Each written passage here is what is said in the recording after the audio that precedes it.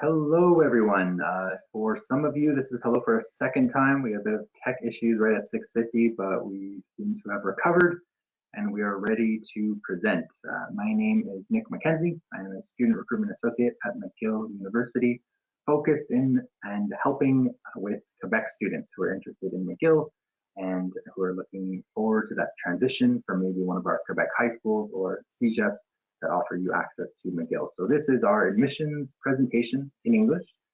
Si vous voulez l'écouter en français, vous aurez cette opportunité lundi soir. If you've been with us all week, congratulations, good work. You've kept busy.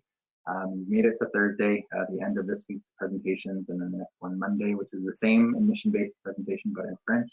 So here we are going to cover a little bit about the application process, talk about McGill, and we have two students with us who will join in and answer some questions. Just to make sure that things are working for you all, I just want to make sure that you can see it here. Hopefully you can hear me. I don't see the chat or questions blowing up saying that no one can hear me, so that's good. So you can definitely see the instructions there and how to the audio. Just to make sure that the questions and and everything is working on your end, you do see the questions tab there. This won't be a question, but just to see who's in the audience today, please just write what school you're coming from. So this way we can get an idea and it'll sort of shape some of the talking points this evening. So just to make sure that that's working. Oh, and the answers are coming in. That's great.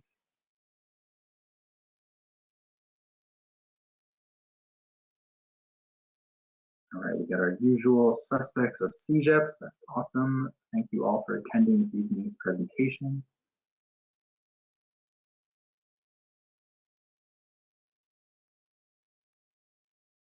All right, and I see we're already getting some questions. So this area of the presentation of the platform is where you can ask your questions. I have two of my colleagues in the background, Milady and Joelle, who will be very happy to answer as many questions as we possibly can throughout the presentation and towards the end. We won't want to keep you too late. It goes until 8:15. We understand that being on the computer screen is definitely limiting, and so we want to keep that to the minimum.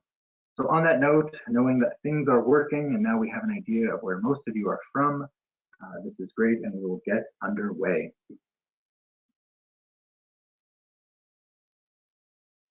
All right. So as I said, we're going to go over a lot tonight, but hopefully you'll learn something new, or you'll be able to walk away with some kind of new knowledge about McGill and the plans that you have in your application process, which is coming up. So a little bit about McGill. We've been around for 200 years, quite a history. We are located right in Montreal, as I'm sure you all are all aware, being from Quebec. Just in case there are some myths that are good to sort of debunk at this time, it is an English-speaking university. It's an English language university, yes, in a French and very bilingual province. We do have some components where French is definitely needed in some programs, if you're thinking like medicine or law and a few others. But generally speaking, the professors will be teaching in English. However, and I'm sure some of you will definitely be able to see this, and maybe you're seeing it already in some of your English CEGEPs, that the French population is definitely thriving at McGill, with almost a quarter of the population being Francophone. So you'll definitely hear French throughout the campus as you do in your normal day-to-day Quebec lives. It's a public institution, so if you're thinking about tuition costs and what that means for universities, well, for all the Quebec public universities, tuition costs are the same. They're governed by the ministry. What we are sort of different compared to other universities is our research focus. So a lot of our funds and money go into the research process. This is both at the undergraduate level and graduate level. So we will talk a little bit about the undergraduate research experience, as well as our professional schools. Like, again, as I've talked about, medicine, law, dentistry. So we are quite lucky to have a lot of different programs available.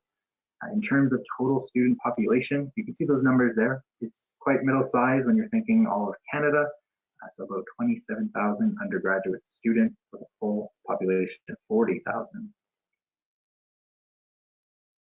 Even though we're here today to talk about McGill and to talk about how you might be a good fit at McGill, what I hope you are doing at this time, taking advantage of that nice CEGEP diversification is basically just thinking about all the different options and opportunities that exist for you. You might be spending some time in Maclean's magazines and seeing rankings and seeing what programs exist at what universities.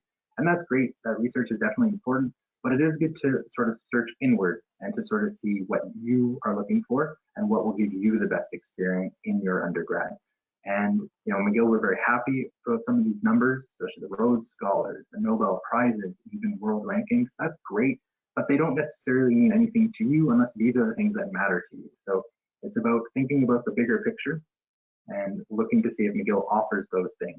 The good thing is that McGill offers a lot. As I said, there's over 300 programs, a lot of different extracurriculars, job opportunities, connections, and these are the things that should really drive your decision as you think about what university you want to attend. With that world history and being around for 200 years, you know, you might be a local student coming from the Montreal area, but if you are looking for a degree that opens doors around the world, this is the place for you. And it's a great opportunity to, you know, sort of use this as a first step into whatever type of career you're interested in. And what makes sort of the learning experience so great, and it's one of the reasons why I love being a Montrealer at the same time, is just the different cultures that are through the university and in around the city. I'm sure if you've walked around any general area in Montreal, the different restaurants, the different cultures that exist, it creates a situation that really benefits everyone involved, and the McGill classroom exemplifies that as well. You'll see a lot of students coming from different areas. A lot of these students may be Canadians but have never lived in Canada and are all coming to experience McGill University, and over 150 countries are represented throughout the university.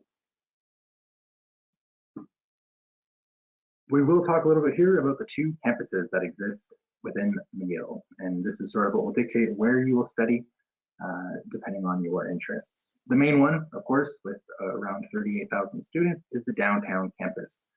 This is maybe what you are thinking about when you first think about McGill, especially if you're one of our downtown CEGEPs or downtown high schools. So it's right downtown Montreal, sort of combined with the Mont-Royal scenery as well as the downtown life. It's a great mixture of green space or just full of snow and ice in the winter months, with a combination of older buildings, as I said, that 200-year history, and newer, more modern buildings. If you're thinking rooms that would resemble Google-like offices and high-tech engineering facilities. We are pretty excited with the 200-year anniversary that a lot of buildings have been redone to sort of celebrate that moment.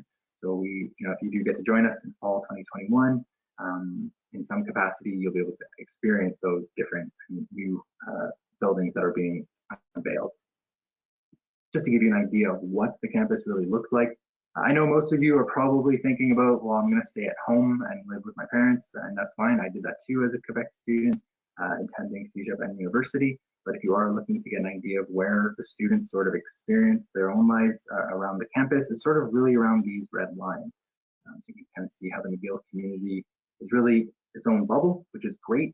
So it's a lot of students who just get to focus in on their own studies and sort of get to ignore the downtown life that is there. But if you are looking to experience that downtown life, you don't have to go far. It's literally a step away. Just to give you another view of that. I haven't been to work since March, working from home, and I really miss it. So seeing these pictures brings a fictional tear because I just can't act that well. But I'm really excited to eventually get back and be on campus. And again, just more emotional pictures, but a beautiful campus nonetheless. The other campus that we have is the Mcdonald Campus. If you're familiar with some of the CEGEPs, it's connected to John Abbott College. So it's in the little town, St. Anne de Bellevue. It's a much smaller campus with about 2,000 students, but nonetheless gorgeous, a lot of green space as well. This is where the agricultural and environmental science programs take place, and also our bioresource engineering course. Much smaller class sizes, as one would expect, with 2,000 students in total on that campus. So it really allows you to develop a really tight-knit community right away in your first year, with small classes and professors who are really hands-on, just because the material itself also asks you to be hands-on. So if you're thinking dietetics, that's a big one that's offered at this campus. If you're just interested in food sciences, this is the place to be. And just to give you an idea again, there is very much the idea of like a McGill bubble within this. You know, the highways there, it sort of blocks everyone else from the campus. And you have the little town of St. Anne de Bellevue where you can, you know, walk on the waterway and experience the gorgeous town that it is. And as much as we can talk about, and we will talk about the academic piece of McGill, there is an aspect of the university and of Montreal that allows you to communicate in many other ways. So if you're thinking, I like sports, I want to continue with sports in some capacity. Well, we have recreational sports, intramural leagues. This is great. If you've never thrown a football or you don't want to, you know, play against people who are going to be too competitive, it's a great way to get some exercise. If you are more of a varsity level, by all means, we have teams that you can try out for. If you want to give back to the community, Montreal is a great place for that. I'm sure many of you are already volunteering in some capacity, so that doesn't have to end at McGill. You can definitely continue that, and you can also use the connections that you make through McGill to find other opportunities for volunteering and for community outreach. Network and leadership, this is definitely something that, you know, maybe doesn't get discussed enough. Just because you're in a certain program doesn't limit you to a certain group of people. A lot of students will branch out and go to a lot of different events and different programs just to get to know people. And the thing is, the doors are open. You're not going to just be blocked off. Of course, there are some limited events that are really close to certain departments, but most of the time they're quite open to everyone who wishes to attend. And then, of course, for our arts fans in the room, we have a lot of departments that put on plays, annual plays, as well as just the Montreal cultural aspects to it, whether it be, you know, the parades in the summer, events during the winter. Montreal has that, and McGill has that as well. And then in terms of that piece inside the classroom and a little bit outside as well, but the connections that you'll make there, things like research. So, you know, you might be thinking right now, I want the co-op experience, and we can definitely talk about that for sure. At McGill, we don't really use that term except for in a few cases, but for a lot of students, research is still very much a possibility. I'm not going to say that this is going to be the first thing that you get and you're going to figure out all your research opportunities in your first year, but there's definitely a lot of opportunities to work in the summer, sometimes a full 16-week paid research grant. This is for art students, science students, engineering students. No matter what your background, there are those opportunities. Field studies, you want to head off to Africa for a summer course where you're getting credit and you get to work hard. Do you want to go to the Arctic? Maybe Montreal is not cold enough for you. So there are all these different field studies that are available where you get credited. You're credited the course, and it just gives you the chance to learn outside of the classroom. Internships, so very similar to the research aspect. Again, these give you real work placements, again, paid positions, most of them during the summer, but definitely for our Quebec students, there is some flexibility in that. Maybe you want to work for 8 months, a full year. There are definitely opportunities there for you. And again, in all fields, every faculty has its own internship office. So if you are interested, maybe you're an arts history student, political science student, that doesn't mean there are no jobs out there. There definitely are. And our arts internship office is there to help out with that. There are some that are already set up. Maybe you want to go work at a government office representing Canada or Quebec. If you want to work, you know, for the EU or anything like that, there are these types of positions. If you're more of the management, working in a big bank, things like that, those opportunities are there. It just comes down to you sort of initiating those conversations. And then lastly, studying abroad. So one big thing that I know Quebec students like to consider with the tuition that Quebec students pay is thinking about taking that tuition and studying somewhere else for a semester. So McGill has over 140 relationships with schools all around the world, and they're based on faculties, and it really offers you the opportunity to take some courses, but also just learn a culture, to embrace a new culture, or maybe one that you've tried before, a country you've been to before, and you're looking to actually spend more time there and to grow there. And so all these opportunities exist. So on that note, I'm going to stop talking for a bit, and I will invite my two students who have joined us today. And I'm very happy that they have. So if they can turn on their cameras so everybody can see them, and we'll ask them a few questions.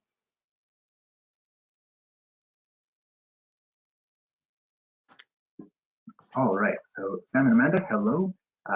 Firstly, please just introduce yourselves. We can start with Amanda.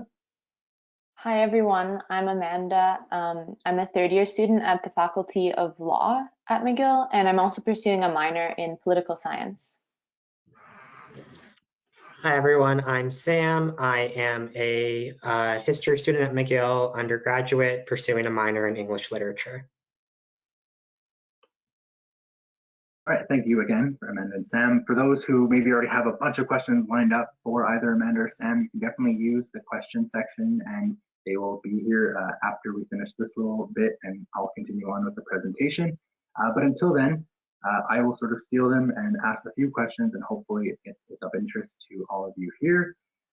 Thinking about that aspect of learning outside of the classroom, Amanda, how have you kept busy? Have you had any fun internships? Have you done any research? Have you had the research opportunities at McGill? Yeah, so you spoke about faculty internship offices, and all faculties have their own internships offered. And so the Faculty of Law has one called the International Human Rights Internship Program. So they send you away to a human rights organization. You could go anywhere around the world for the summer, and you get some money. You're not like paid exactly, but you can support yourself and you earn credit. You earn 3 credits for the summer, which is nice. And this summer I got to work at Avocats Sans Frontières, which is an NGO in Quebec City, and I learned a lot. It was a really, really fun experience, even though it was over Zoom. And I'm really happy that I got the chance to experience that. And I also do some research. I work at the Center for Human Rights and Legal Pluralism, and I work with a group of students and we just organize seminars or kind of like presentations about disability law actually. And it's really fun. It's great to work with my classmates and we work with professors to help them with their research. And I was a little bit nervous when applying because I was like, well, I'm from CEGEP, I don't have a lot of experience. Why would they take me?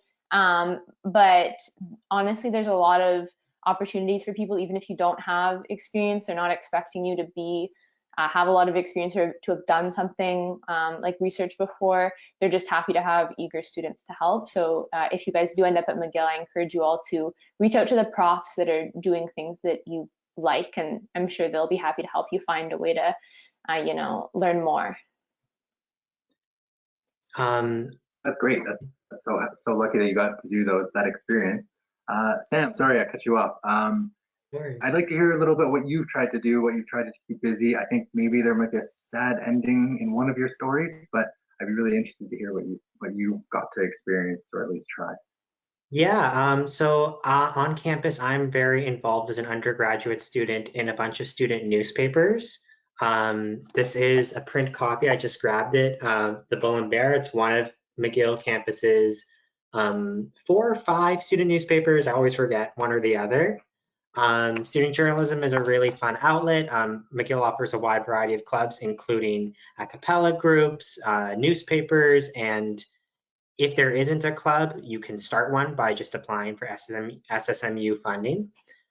In addition, I got quite involved with study abroad. I was supposed to do a semester abroad this semester, but unfortunately, due to COVID, it didn't pan out exactly, so I'm going to try again next year.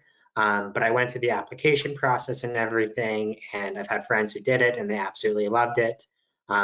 Just the ability to take a full semester elsewhere in the world in one of over 150 host universities that McGill is partnered with.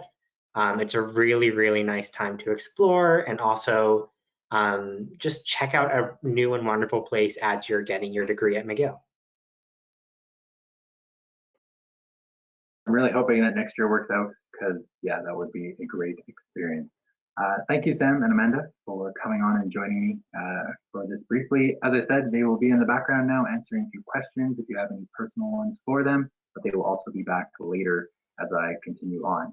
I think Sam brought up a good thing, the idea of the newspapers. So we're about to get into the sort of nitty-gritty of the application process, program discussions and things like that. And as much as we have a lot of programs at McGill, we don't have everything.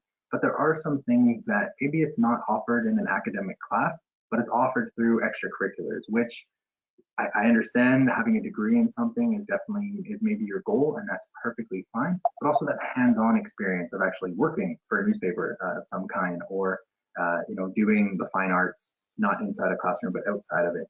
would be great opportunities that can still be had at McGill, even though we don't have those classes.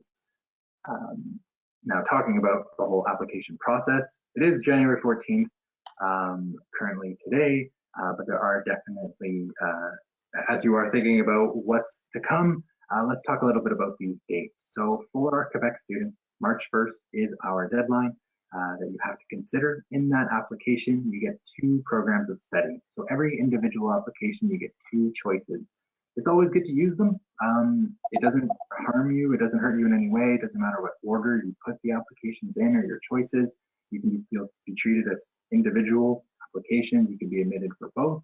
This usually does come up. What if you want to apply to a 3rd or 4th program? You can always pay for a 2nd application, and then you'll get 2 more choices in that application. So there's definitely limitations there, but it is also good to just consider, you don't have to apply to absolutely everything, and to just sort of think of your choices. Because for every application, there is a fee, and you can see it there. There are some exceptions. Some programs have a higher fee, so it is good to just keep that in mind while you are thinking about this. In terms of what we look at, we really are focused on your educational background. So for our CEGEP students, it's your R score. If you're coming from one of our French back schools, it's going to be your French back score. For any of our other high schools, there are different things that we are looking at, but it is really us putting you in an applicant pool. So for our CEGEP students, that's what we belong to. We will then also take a closer look at your application, at the programs that you're applying to, and what courses are needed there. Some courses have, or some programs have a lot of prerequisite courses. Some of them have none. So it is good to keep an eye on those to make sure that you are getting them. In a few cases, supporting documents are needed. So you'll have to take a look at that if you are applying to one of the few programs that does need some kind of supporting document. And then also, in terms of what we review, we are focused on the R score. So this is for specifically our CEGEP students in the room. It's your overall R score, not the program R score, although there are some exceptions. We are also focused on the core R score from prerequisite courses. So if you're thinking science or engineering, those math and science courses will be important to us. Arts, we are looking at that English score or French score if you're coming from a French CEGEP. So that's sort of how the language rules work. In terms of what we are doing with Winter 2020, so we are following what the Ministry of Education has decided, and that is we are not including Winter 2020 in the R score, just because that's the decision that was made, and so we are following that. Just so you are aware, we are going to take a look at Winter 2020 because we need to see that prerequisites were at least done if you are applying to a program that does require prerequisites. So the reason why we are doing this is so that you have a chance for the best level of success. The reason why we ask for prereqs is to make sure that you're well prepared for what's to come. So even though it won't be part of the R score, we still want to make sure that you at least did the course. You will see there a lot of things that we don't review. And so you'll notice we don't ask for interviews or essays unless there are a few exceptions, like medicine, for example, and extracurricular activities. So unfortunately, those aspects are not a part of the review process. In terms of where programs are offered, you'll see here, and I sort of already kind of talked about it, what you're interested in studying will dictate where you will spend your time. So there's the downtown campus and the Mcdonald campus, and you'll see which faculties are offered at each one. So most of the programs are offered at the downtown campus. If ever you are interested in sort of going back and forth, there is a shuttle that does take you to each campus. It's about 45 minutes, and that is accessible to all of our students. Programs that you apply directly to, law, medicine, dentistry, music, they're the ones that have their own admissions office. If you have any questions for them, they have very good staff who are very happy to answer your questions as well with their own personal admissions email. What I've given here, and I'm sure many of you are very familiar with it, but it's my favorite website on McGill's, throughout McGill's pages. Basically, it's the requirements page. So this is a clip that I've taken from the Quebec section, and it basically says where we could talk about and where we talk about the courses that are needed or what R scores have been the minima in the past. So you can see we've given the past 3 years. Sometimes that fluctuates. We never know for sure what the minimum will be in the next year. That only gets decided after we admit all of our students. You can kind of get an idea of what the past has been there. And we also provide sometimes recommended courses for arts, for example. I have here another example for science. You can kind of see where the prerequisites are there with the biology, the chemistry, the math, the physics, and all the different R-score minima in previous years. So it's a great website if you're not 100% sure, what were the expectations in previous years. It just allows you to have that opportunity to see what the numbers are. Again, there are never guarantees for any future year, but it's a good idea to be aware of a ballpark number. How the application process works, and we will have some content coming out within the next month to really walk you through this process if there are any concerns.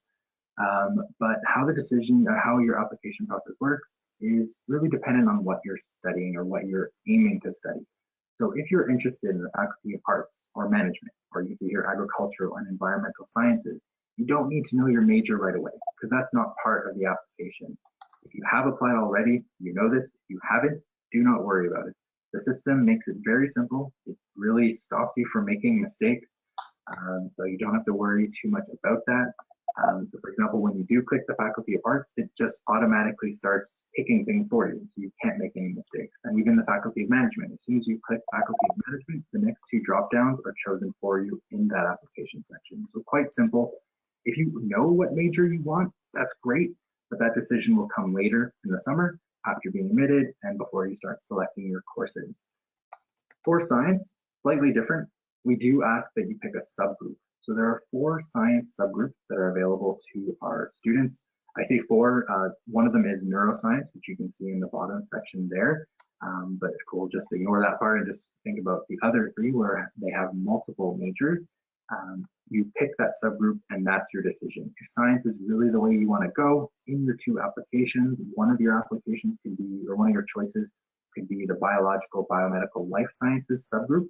That covers things like biology, chemistry, physics. So those life sciences courses.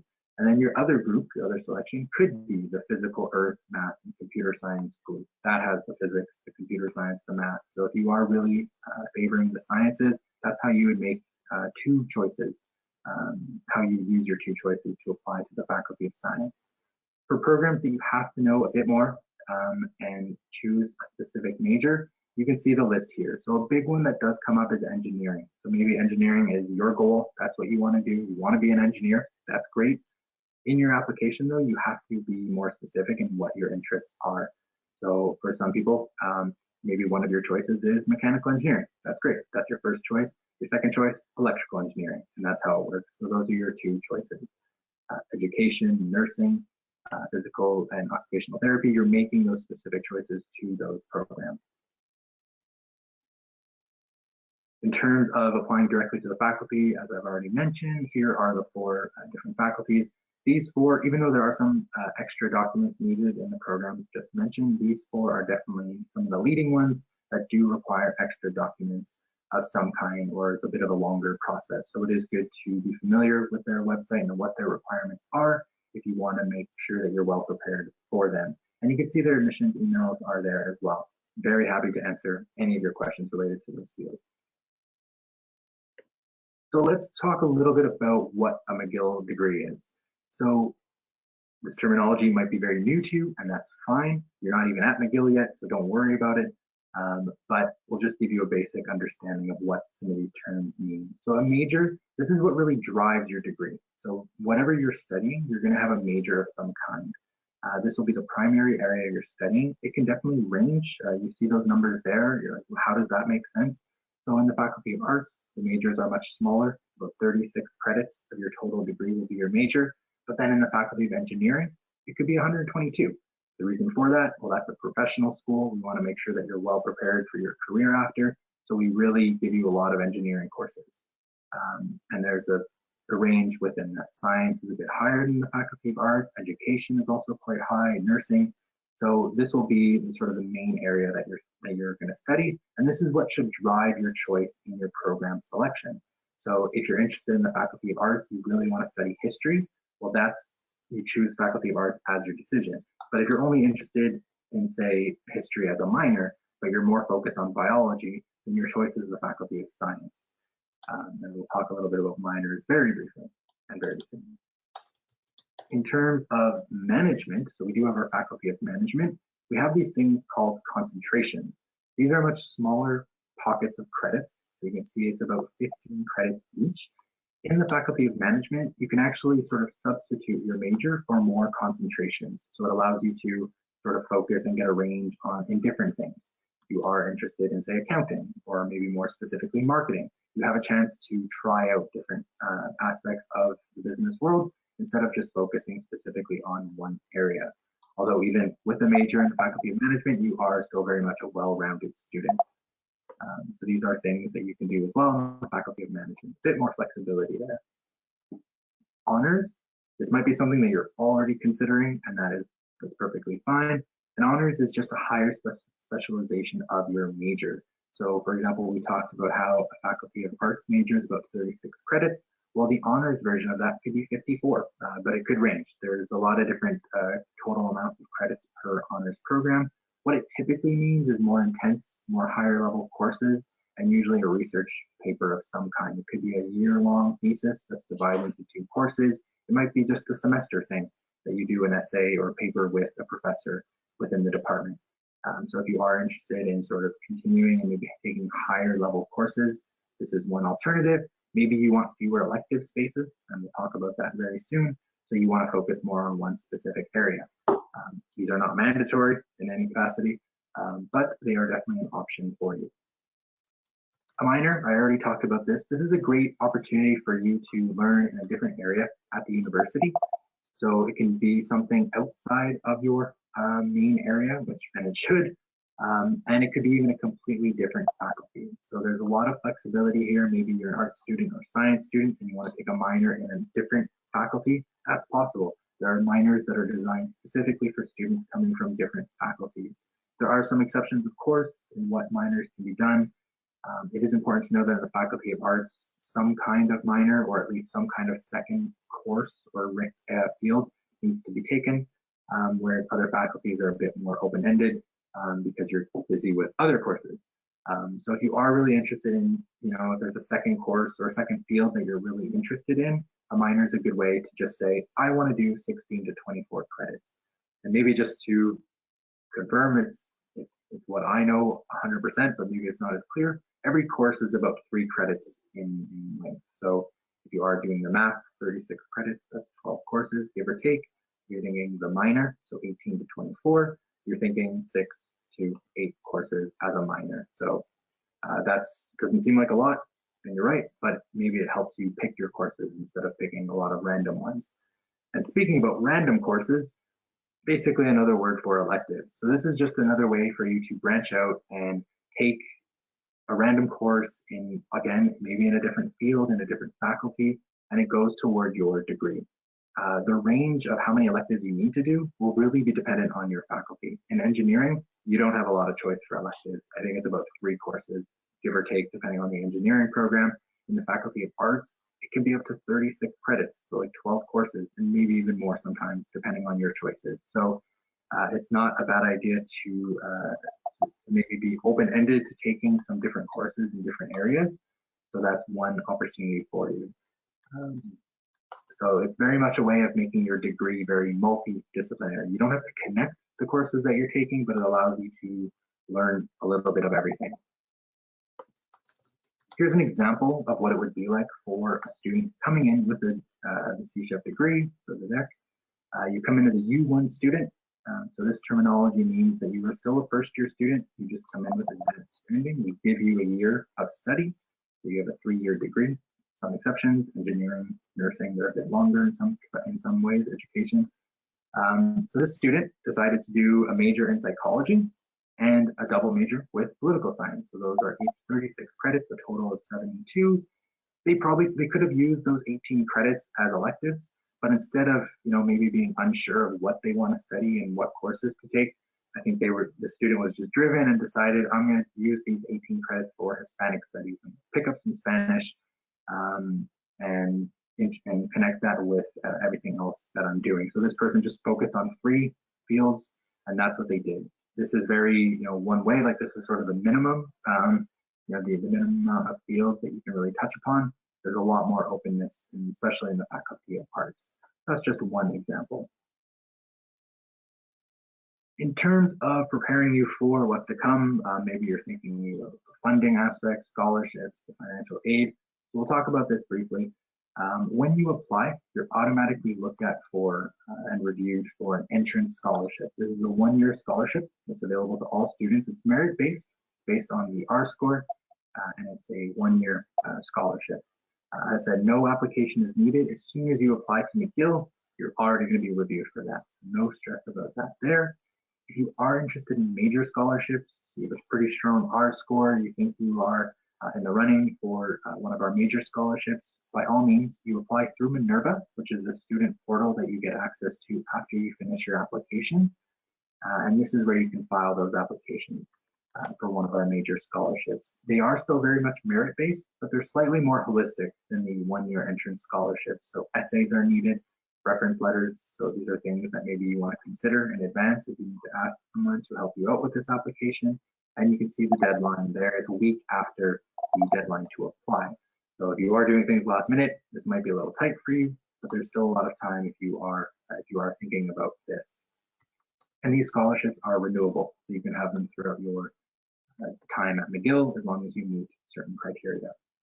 In terms of what it costs, please note that this is based on the citizenship status. So this is the Quebec citizen cost for a full year at McGill. So a full year means 24 to 30 credits. To be a full-time student, you have to do 12 credits per semester, and that's approximately how much it would cost for a full year. Some students take in summer courses and other things to maybe catch up on things or take advantage of maybe an intensive course instead of doing it with a bunch of others.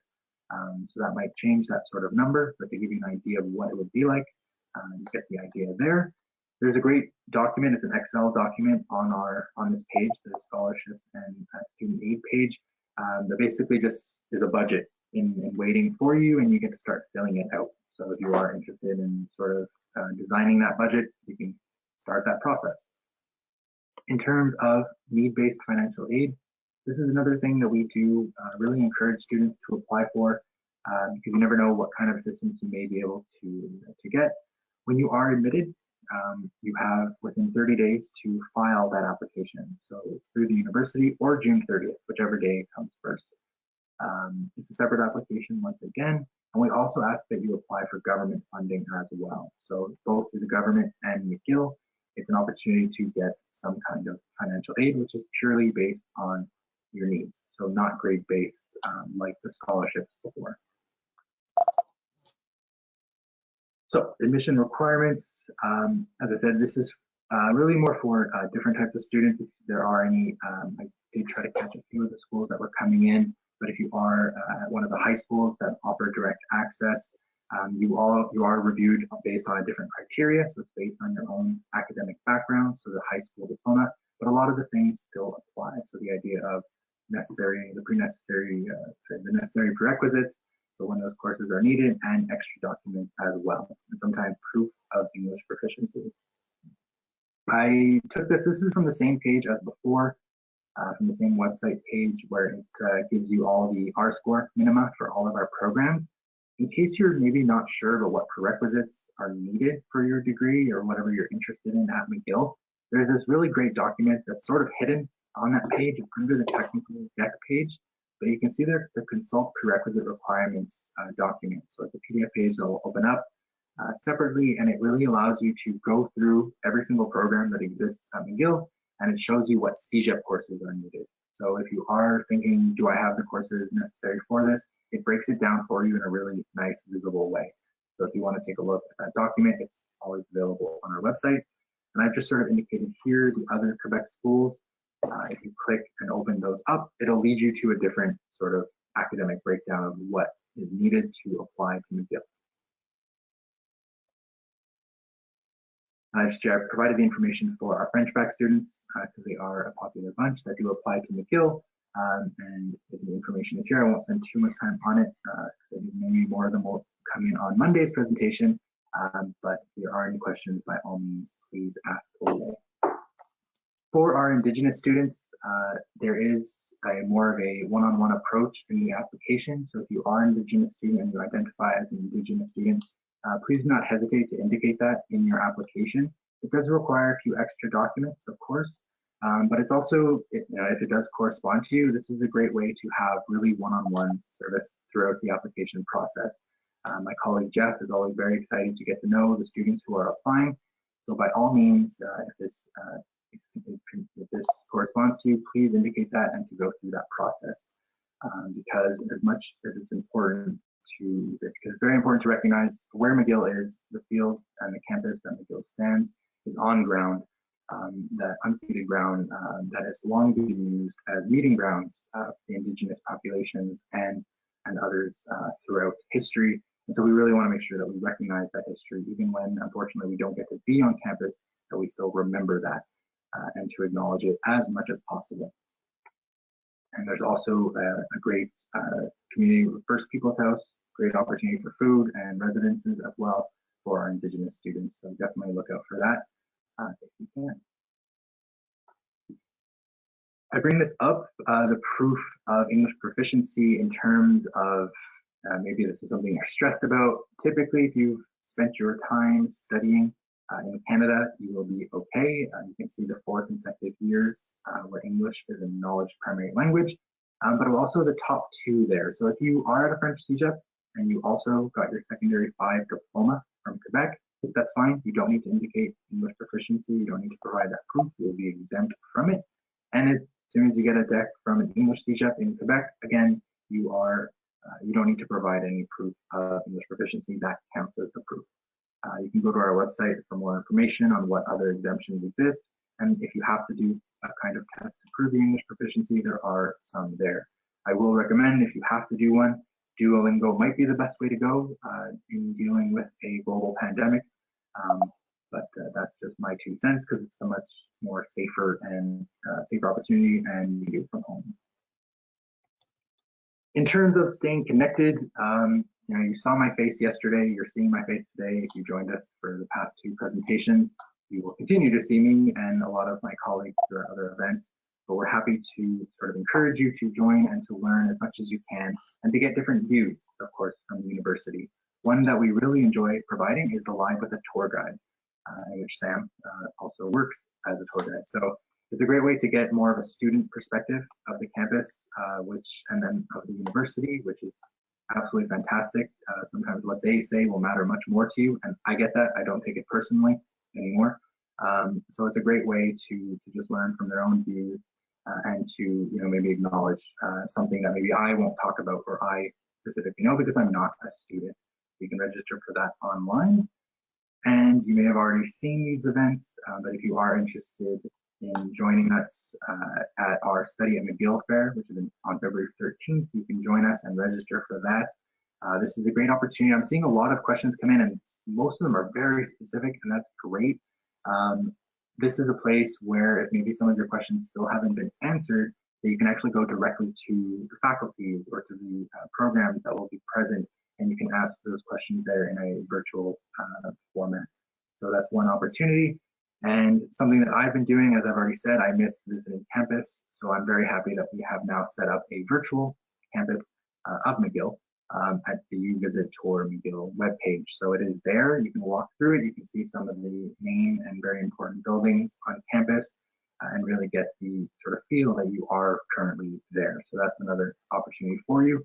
Our Instagram page is also great, governed and led by some of my fantastic colleagues who are always putting good content there for all types of students. So that is a great opportunity. And then in terms of the application, it is March 1st. That is the deadline. Please keep that in mind. It will be a pretty strict deadline. So do take note of that. So that is all for me. I will stop sharing my screen, but I will I'll keep this on, but I will bring back Sam and Amanda, and we'll go through a few more questions. And I'll let Joel and Midazi continue to answer a lot of the questions that you were asking already.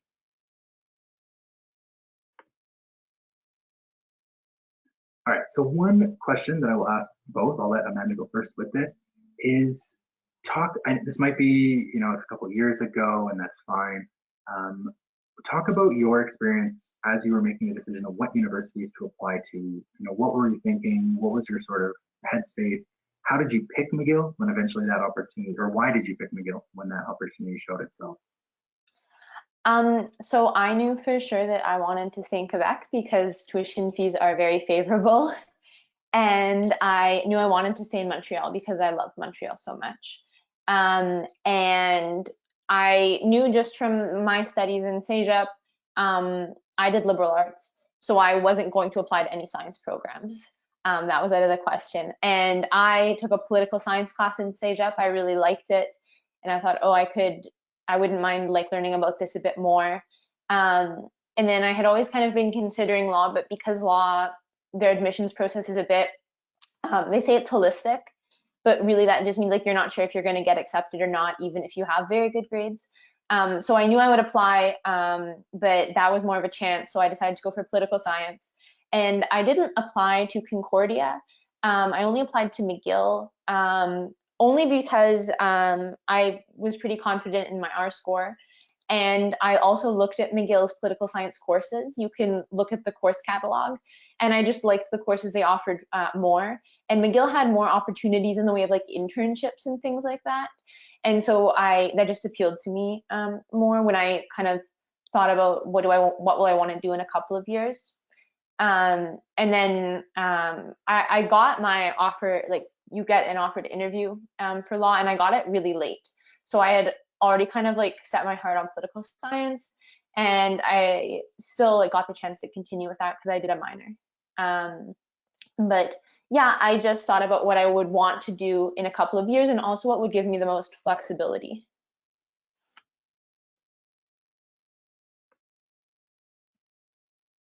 That's great. Thank you. No, I really appreciate that insight. Sorry, before I let Sam answer, I'm always interrupting Sam, I'm really sorry. I will just quickly say about our big school, the faculty programs like law, medicine, dentistry, it's great that CEGEP students that you have access to apply directly to those. Coming from the recruitment position that I'm in, I do like to say that most of the students still end up doing a degree first. So hats off to Amanda, you got in, that's great. You worked super hard to get there, and that's awesome. But just know that if you don't happen to get in that first time, it literally means nothing for what your future career will be. A lot of students still go through the first degree. They do one undergrad first, and then they go off to one of those professional schools. And there's so much to gain from that. You know, you've learned a lot. You're probably going to be more prepared and a better student. So just in case, you know, your decisions, whatever you're thinking about for the next couple of months, where you want to go, just keep that in mind, that just because, you know, the door closes slightly, it can definitely reopen in the future. Enough of Father Nick talking. I will let Sam take over and sort of describe how he thought about choosing McGill and where he was.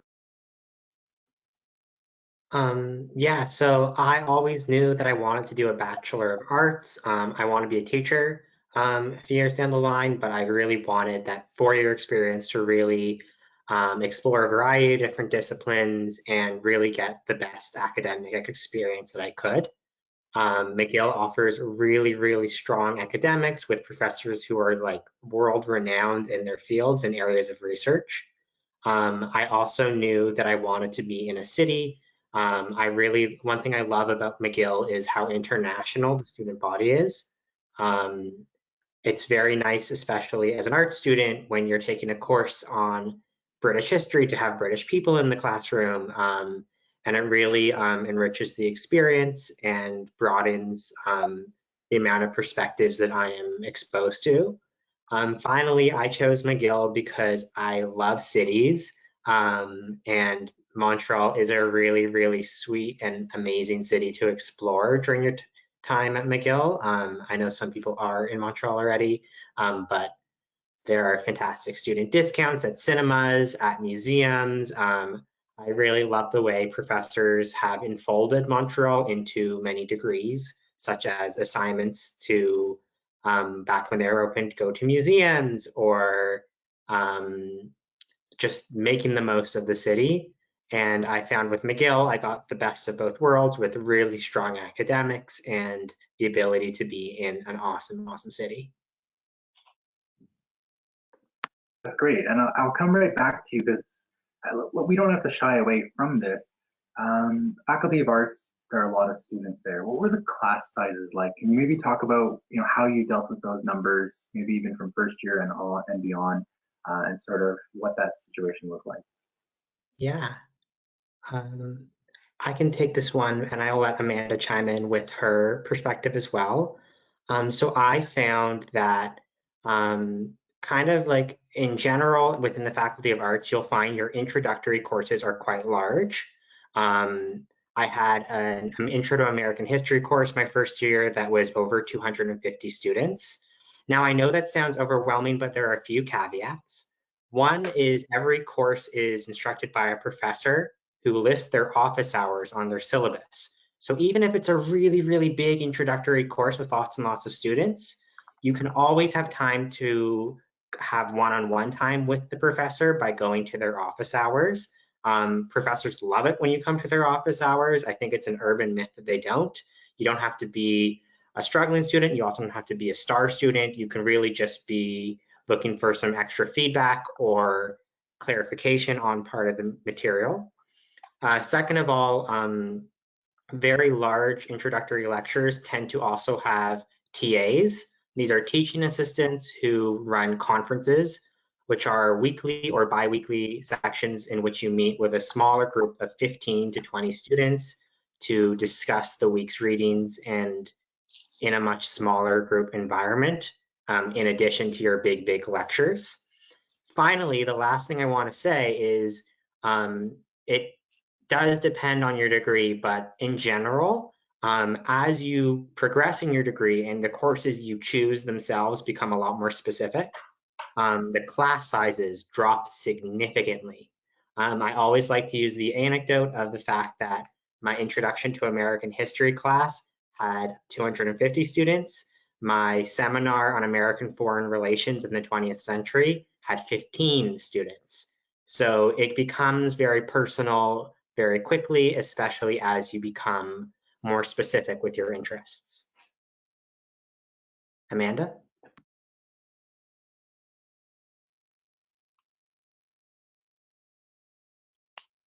Yeah, Sam, you did a great job of explaining. At law, we're a bit spoiled. There's only like 50 people in first year classes, and then, but the same way as it is for you, it goes down to about like 20 usually for upper year classes. I'm also doing a major in poli-sci, and because I was just kind of spoiled, I was a little bit shocked when I took my first class because I just didn't think about it. But like Sam said, it doesn't even matter almost because those classes have TAs, and really they're the ones who are like grading you on your participation. Often they're the ones who are grading your work too. So you feel like you're in a smaller class. So it's really not a problem. Nice. Okay. I'm sorry. I'm just also going through some questions that my colleagues are answering. I will sort of talk about, I'm about to answer it, but just the idea of how many credits you have to do in your degree. Amanda and Sam, don't run anyway. I have questions for you after this. I'm just going to quickly say that most degrees, the minimum is about 90 credits, but there are some exceptions. So you have to think of professional schools like engineering. That's like where I said the major is 122 credits. So it could be a 4-year degree, a 4.5-year degree, depending on the engineering program. Most degrees for CEGEP students, it's going to be about 90 credits though. So that's a 3-year program. So that's sort of the number that you need to reach to be able to graduate. So a few other questions, maybe just one I was thinking of for Amanda, the bilingual aspect. So the French and English component of the law program. So we talked about how McGill is an English university. Of course, courses are in English, but there are some exceptions to that rule. So Amanda, if you want to talk about that exception. Yeah, so being at law has been a good chance to work on my French. They have something like their policy is that you should be passively bilingual. That means that you don't actually have to be able to speak French or write in French, but if someone's speaking to you in French, you should be able to understand a bit. The bar is pretty low. I think most people in Quebec just meet it easily. I met that requirement in my interview. They just asked me a question in French, like literally, how do you think your French is? And they said like, oh, you can answer in French or English, and that was it. If they think there's a problem, they'll ask you to take a French class over the summer. And then for like school and classes, maybe once or twice in an English class, there may be French readings, like once or twice. It's very rare. And usually professors like try and be as bilingual as possible. So if there is a French reading, they'll try and find a translation. But you do have the option to take French classes too, which a lot of students take advantage of, not just Francophones either. And McGill has a fantastic policy. I think for like any faculty, you can submit your written work in French or English. So it's great to have that flexibility. So like, don't be afraid of taking a French class if you're worried about having to write an essay in French, because you can just submit it in English. Thank you. Yeah, no, it's good to sort of hear that from a student directly about what that French aspect is. For Sam, you don't have to go into too much detail about this, but I'm sort of curious, as we talked about that flexibility of an arts degree, how have you been sort of playing with all that credit space that you have available to you? Good question. I would like to say right off the bat that I think another like urban myth about university is how difficult it is to change your majors and minors and like switch it up. For at least within the Faculty of Arts, a major and a minor is really just a certain amount of credits, including some required credits within a specific discipline. So it really does afford you a lot of opportunity to change your mind, to also realize, like, for example, I went into McGill thinking I really wanted to be a literature student. I had always loved English growing up, and it was my passion. And I went to McGill and also took some history courses during my first 2 years, and realized, wait, no, I actually like this a lot more. And I switched my major from English to history at the end of my first year within a matter of clicks. I just needed to make sure that I was taking the correct history courses, the correct required and complementary credits, and it was a super easy switch. I also have really enjoyed the ability of, I know for some students, they really like to take electives. For example, I'm a very naturally creative person. English and history and political science, essay-based courses are my strong suit. However, I sometimes struggle with more left-brained and mathematical courses. So I've been really lucky to be able to take some science courses and an econ course to really balance me out as a student. So yeah, I really enjoy how pretty easy it is and fluid it is within the Faculty of Arts. Nice. Okay, so it's good that what I said also makes sense with what you're saying. Nice that we agree. There's just a few things that I'm seeing in the questions in the question box. So I'm just going to take a few minutes here to answer some of the big questions that I'm seeing. So in terms of if you are interested in multiple things, so your program choices, again, just to be sure, if you are making more than one choice, that's fine. You're treated as, it's like pretending you're a second person. So there will be 2 emails. Say if you're accepted for both, you'll get 2 individual emails congratulating you on being admitted, if that's the case. And then you'll just have to make the choice by the decision deadline. If you make more than 2 choices, again, you'll just keep receiving multiple offers if they just keep coming, the more programs that you apply to. So if you're still on the fence about something in 2 different faculties where you need to make a separate choice, that's okay. You're buying yourself some time because that decision will only need to be made in the late spring, early summer. So if you are still not 100% sure, that is fine. You can use those program choices as a way of sort of giving yourself a bit more time.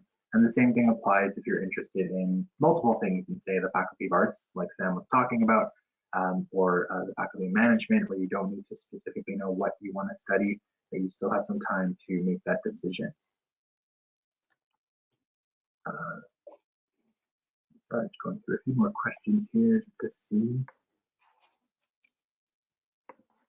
Maybe in terms of, we'll continue with we'll take advantage of the students that we have here today. And Amanda, you kind of mentioned sort of that term in terms of the holistic application, and meaning like, you never quite know if you'll be accepted, even though your grades are quite high. I'm sure I'm hoping that you've had sort of these conversations with your cohort in terms of the background. So one question that we get a lot is, what do I need to do what do I need to have on my CV to get into law school? Like, what do I need to separate myself from others? And our answer is anything, just do something in some capacity. So can I get that from the student? Because the thing is, no one wants to listen to me. I get that. I barely want to listen to me. So Amanda, what do you have to say to that? It is really frustrating and it's hard. If you're applying to law, or you want to apply, you have to write like an essay. And in that essay, you should write about why you want to do law generally. And then also why you want to go to McGill, because McGill has kind of a unique program, and I won't like rant on about that, but like you get 2 degrees, you get a JD, or like a bachelor's of common law, and you get a civil law, and you can find out what that means yourselves, but you know, it makes it McGill different. So you have to prove why you want to go to this specific school and not UDM, for example. So those are good things to address in your CV, and that I've heard they like to see people explain and justify kind of. And honestly, like I don't think there's a single thing, like you said, just do something, but that something can even be have a part-time job. Like that shows that you know you're responsible, you know how to manage your time well, and that you have certain like you're mature. Those are all great qualities. You know, they're not looking for someone who's gone to the Olympics necessarily, or you know is already super accomplished. You don't need to have a really fancy background. And you can even talk about like your family. Like, does your family inspire you to go to law, or where you grew up? Just things like that. It's really simple, but you know, I think they look for people who want to do it kind of. So it's good to be able to demonstrate that. But at the same time, like you said, it's holistic. So you know, you could be like super smart and have an R score of like 38, and you might not get in. And I actually had an R score slightly lower than the requirement, but I still, you know, tried. I thought, well, I'll go for it, and I ended up in it. Like you never know. So yeah. And also, if you guys want advice, try reaching out to the people in your CEGEP if you know who have done law before, who have gone into law. Everyone would love to help you. Like, there you go, from the student themselves. They won't lie. I could maybe, but I won't. But no, thank you, Amanda, for that insight. We really appreciate that. I'm just, again, taking a look at some of the questions that are coming up. As Amanda showed, applying to political science and applying to law, those being, I believe, the 2 choices that Amanda may or had in her application. Other programs work the same. If your goal is medicine, but okay, so that's the higher goal per se, the higher R score. A life science program could be the second choice. So that is how you can use your 2 program choices. You can really have them be in completely different areas and have a second, plan B if that's part of your plan. I saw a question, can you apply to more than 2 things and have more than 2 choices? Yes, it just means that you have to pay for a second application. So just confirming some of those details. In terms of how we get your grades, we sort of passed over this, and I do apologize. But if you are a Quebec student and you have that Quebec permanent code, which you provide to us when you're doing the application, all of the grades are sent automatically. So you don't have to worry about it. Really, you just have to do your application, you give us your Quebec permanent code, and the grades will just come in. The ministry will forward them to us. So it's really simple on your end. If there are some exceptions, of course, because maybe if you just came to Quebec, there might be an issue there where you have to send us grades. So do make sure that whatever I'm saying matches your situation. But it just has been a thing where students I know from Quebec are logging into their Minerva account for the first time, and they see their grades are there, and they didn't do anything, and that's normal. The CEGEP grades do come in automatically, so that's great for you. And if you are applying to something that does require extra documentation, to just take note of that and make sure you are filling up those needs. Just going on a few more. As I said, I don't want to keep you too long, and we're 9 minutes away from 8:15. I don't know if I'll keep taking a look at some questions, but maybe until then, for Sam and Amanda, I'll have one last question for you each. Put yourselves in the counselor position. Words of advice could be anything. It could be have fun, it could be relax, enjoy this time. Maybe it's read a specific book that you're really interested in. It could really help a student who's thinking about coming to university. words of advice, what would you say to someone who right now is about to fill out that university application? We'll start with Sam this time. I would always just remind people that just remember that degrees are fairly flexible, especially at McGill. You're not babied at McGill. You're an independent student. A lot more. The biggest transition I found I came from an Ontario high school, but for me, going from high school to university was that level of independence. No one's making sure you're getting the right courses. No one's readings before you go to your conference. And I would really just recommend people to first realize that your degrees may change, your interests may change over time. And second of all, realize that a lot more is on you, and never feel like anything is out of reach at university. It just becomes more about you making the effort to go to office hours, you making the effort to sign up for a club. It's what you put into it, I think, is my big advice. Yeah, I would say I think the best thing is just go for it. Like, again, don't be afraid. If you think your R score isn't like high enough, just apply to the program anyway, because if you don't apply, you're definitely not going to get in. And like, don't be afraid to reach out to your profs.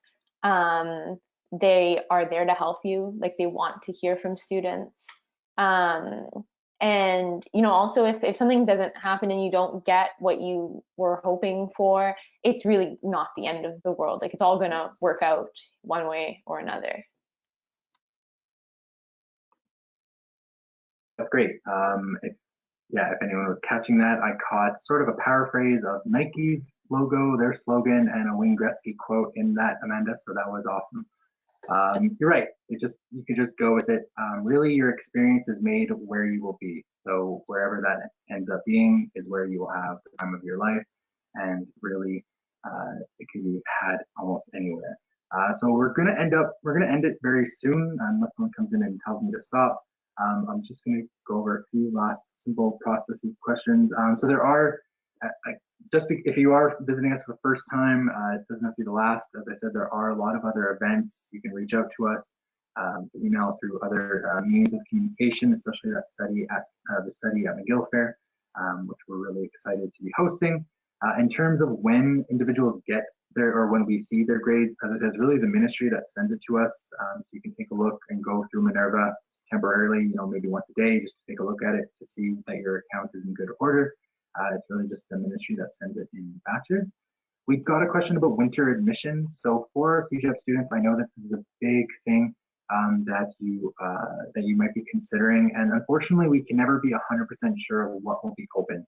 It is typically very limited. You can get an idea if you were to even just Google right now, January admission 2021. There were just a few spots available in a lot of our faculties, and they're very limited. So it's good to take that note. We understand that students finish in the fall, and it's not a penalty that maybe, what you do in that winter semester, that you're not in school before you wait for the next fall, is really up to you. It's a time to maybe take a step back, enjoy a bit of life before starting school later on. Take that bigger break, you deserve it. So there are a lot of options for you. And just to go over the proof of English proficiency, I'll just say that one more time. The website is really good. It's really clear in that most of you will be exempt if you've spent your time, your whole life in Quebec. So don't stress too much about that, as long as you have, again, if you went through French education, so the secondary 5 diploma from Quebec and a French CEGEP degree, that is fine. If you do an English CEGEP degree, that is fine. That counts. Don't worry about it.